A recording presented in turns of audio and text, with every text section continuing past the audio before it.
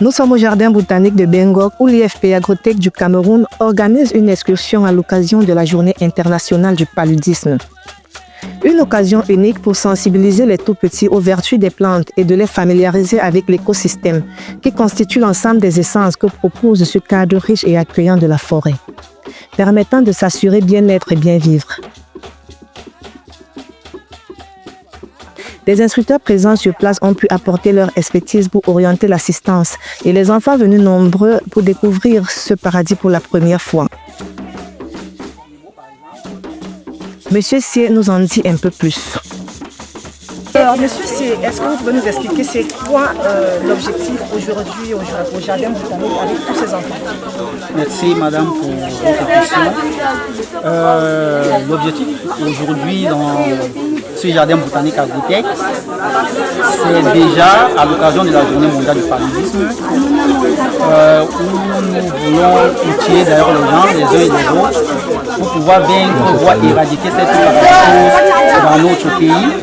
Alors c'est de sensibiliser la jeune génération, les élèves, au moyen de prévention pour mieux éviter ce paludisme qui est d'ailleurs un fléau aujourd'hui dans notre société, dans le monde, de par le taux de mortalité et bien d'autres malades. Donc nous sommes là pour sensibiliser les jeunes, mais aussi à leur reconnecter surtout avec la nature. Parce que on a constaté une chose, c'est que beaucoup d'élèves, beaucoup d'enfants sont déconnectés, ils ne savent pas ce que c'est les plantes, ils n'ont pas de connaissances, alors que ce sont ces plantes-là qui nous permettent d'ailleurs de lutter contre plusieurs maladies, parmi lesquelles le paludisme. Bon, à cette occasion, nous les sensibilisons déjà sur les moyens de prévention, qu'est-ce qu'ils doivent faire, mais aussi et surtout connaître les plantes qui sont à même capables de soigner, voire non pas seulement le paludisme, mais d'autres maladies, parce qu'il n'y a pas que le paludisme. Donc c'est ça le but visé pour cette journée d'ailleurs, ici au Jardin botanique Agrotech. D'accord, et je vous ai trouvé en train de poser tellement de questions aux enfants. Est-ce que ces enfants s'adaptent? Est-ce qu'ils retiennent quelque chose? J'avoue que là, je suis très ravi et très étonné en même temps parce que ces enfants, ils sont très super, ils répondent pratiquement à toutes les questions qu'on les pose et avec des expressions de qualité. Vraiment, nous-mêmes sommes très surpris. J'avoue que là, ils s'imprègnent de la chose, ils prennent la chose au sérieux. Et c'est quoi la tranche d'âge de vos enfants? Alors là, les enfants, la tranche d'âge varie de 7 ans à pratiquement 15 ans. Merci beaucoup et nous vous encourageons à continuer ainsi à former les jeunes et surtout à montrer à ces enfants que nos plantes, ce n'est pas rien que c'est là. Et ça peut traiter plusieurs maladies. Merci déjà et merci à vous et à votre équipe. Merci madame. Les plantes, une richesse cachée qui n'est toujours pas cernée, malgré sa proximité avec les humains. Fort heureusement, pour nos petits apprenants, ils ne sont pas sortis de la bredouille des savoirs que leurs instructeurs leur ont transmis. Nous avons pu le tester en interrogeant l'un des apprenants qui nous a volontiers dit ce qu'il a retenu de ce cours magistral. Ok, ça fait déjà quelques heures que tu es là. Tu peux me dire ce que tu as retenu de cette journée? J'ai retenu que les palmiers s'appellent Elaïs guinéensis, que les noix de palmier s'appellent les mangues. Les bambous de Chine s'appellent Bambousa vulgaris. Et est-ce qu'on vous a dit ce qu'on peut faire avec les bambous de Chine? Oui, on peut fabriquer les maisons avec. Ah, on peut construire les maisons avec des bambous de Chine? Waouh, ça je ne le savais pas, mais c'est bon, c'est très bien. Bon à savoir. Et pour les noix de palme, on a dit qu'est-ce qu'on peut faire avec? On peut fabriquer le minyanga noir. Ah, on peut fabriquer le minyanga noir. D'accord. Voilà, tu as dit qu'avec les noix de palmis, on peut faire le minyanga. Donc le minyanga qui veut dire l'huile de palmis, c'est ça? Ah, c'est ce que tu as retenu de toute la journée. J'imagine que, bon, ça veut dire que tu as vu beaucoup de choses, mais c'est ce que tu as voulu me dire, c'est ça? Ouais. Ah, d'accord. Donc, à part les maisons qu'on peut construire avec, tu as parlé de quoi tout à l'heure? On peut construire les maisons avec? On peut construire des plateformes avec les bambous de Chine. Avec des bambous de Chine. Ça veut dire que si je viens un jour, je te donne des bambous de Chine, tu pourras me construire quelque chose, une chaise, une maison, ou je ne sais pas, n'est-ce pas? Non. Ok, d'accord.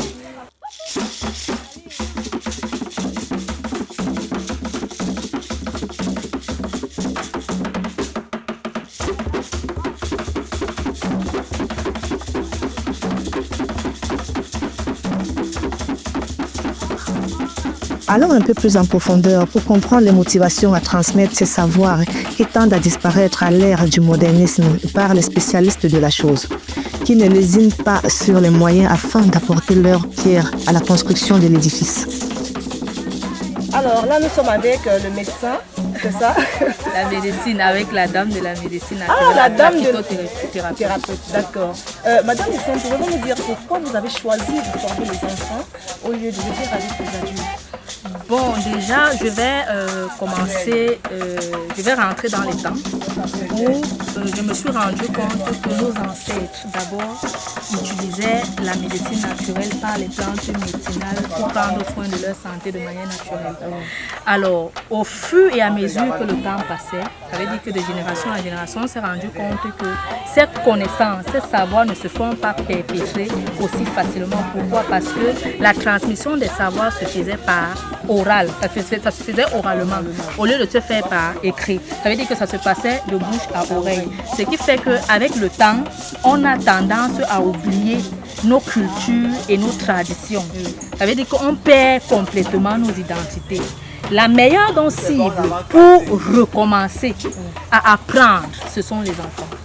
Vous savez qu'il est plus facile de s'entretenir avec les enfants parce qu'ils sont plus disposés à apprendre, ils sont plus disposés à comprendre et ils ont des cerveaux assez encore sains, quoi, je veux dire, encore assez ouverts pour connaître que par exemple cette plante qui est ici, le Capsicum annum, est le petit piment. Petit piment, c'est le langage courant.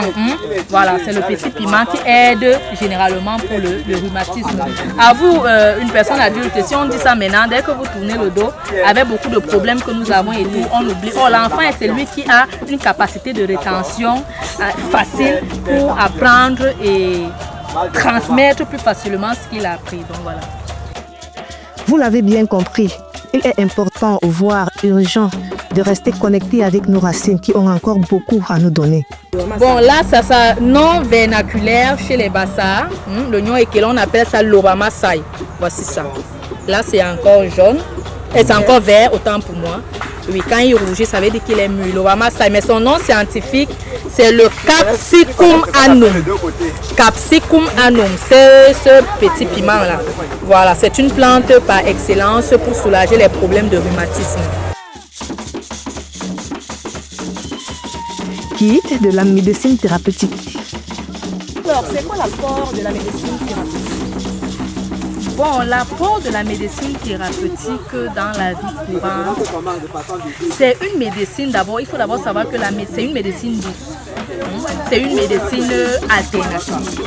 C'est une médecine qui a un large éventail des pratiques thérapeutiques des plantes médicinales. Alors, la médecine naturelle, par les plantes médicinales, dont la phytothérapie, prend soin de l'être humain, de la santé de la personne dans la globalité, dans sa généralité. Donc, ça prend soin non seulement du corps. Quand on parle du corps, on voit l'intérieur, donc l'alimentation, d'accord? Ça prend soin de l'esprit. Quand on est tout le temps stressé, c'est pas facile de voir que quelqu'un est stressé. Donc ça veut dire qu'à l'intérieur de lui, ça ne va pas. Son esprit est perturbé, peut-être parce qu'il travaille beaucoup, il est stressé par le travail. Effectivement, en parlant de ça, est-ce que le médicament traditionnel a un dosage? Le médicament, je pense que les gens prennent ça comme ça en disant, donc, je ne sais pas, est-ce que ça a un dosage? Est-ce que vous pouvez prescrire vraiment le médicament à quelqu'un avec son dosage? Oui, je vais être honnête, oui, sur certaines plantes. Et pour d'autres, on fait juste confiance à la posologie ancestrale. Ça veut dire à la posologie que nos grands-parents ils nous ont appris. Parce que nos grands-parents n'utilisaient jamais de dosage. C'est-à-dire ils prenaient juste leur verre qu'ils ont à la maison, ils te faisaient boire un verre le matin et un verre le soir. On fait tout simplement confiance à nos ancêtres, comme on leur fait confiance sur la nutrition, comme par exemple le coq, le ndolé, qu'ils ont préparé il y a le temps et on continue à manger et qui ne nous pose aucun problème. Donc il y a par exemple l'artémisia, ici jusqu'ici, que nous avons des dosages. Et en observant par exemple les malades avec le dosage que nous leur donnons, ils retrouvent la santé aussi rapidement. Donc. Donc voilà un peu. D'accord, merci beaucoup de m'avoir accordé votre temps et nous vous encourageons à continuer à éduquer les enfants, c'est pour le Cameroun de demain. Ok, merci bien. Nous ne saurons finir sans faire un clin d'œil à la danse qui est elle aussi un moyen d'expression. À en croire nos jeunes performeuses qui nous ont offert une démonstration digne des enfants de la forêt. Nous sommes toujours à Masumbu, au jardin botanique d'Engok. Et maintenant, nous allons découvrir un groupe de jeunes qui vont nous parler à travers leur danse. Je vous invite donc à me suivre pour découvrir cette danse. Allez, venez.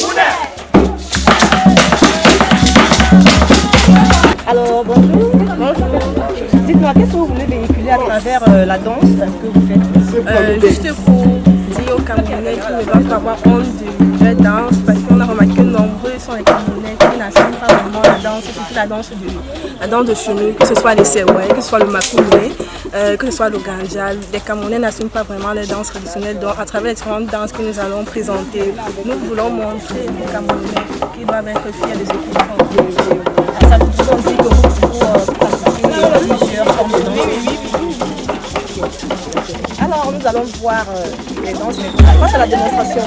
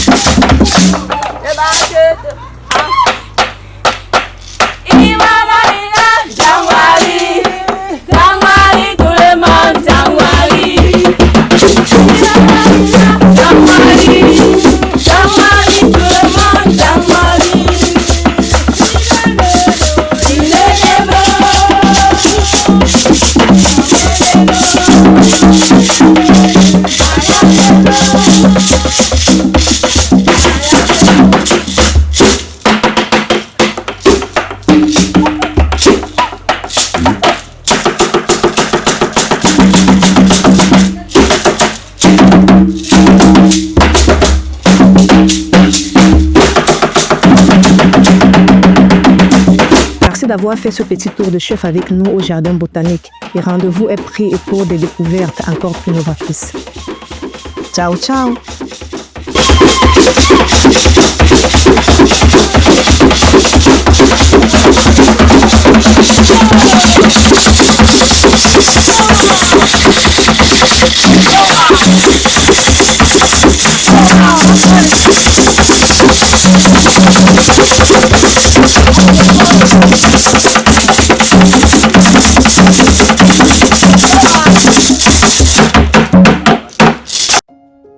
Pour l'éclat de votre peau, le traitement des vergetures et des verrues, l'élimination de l'acné, une odeur unique pour une peau saine.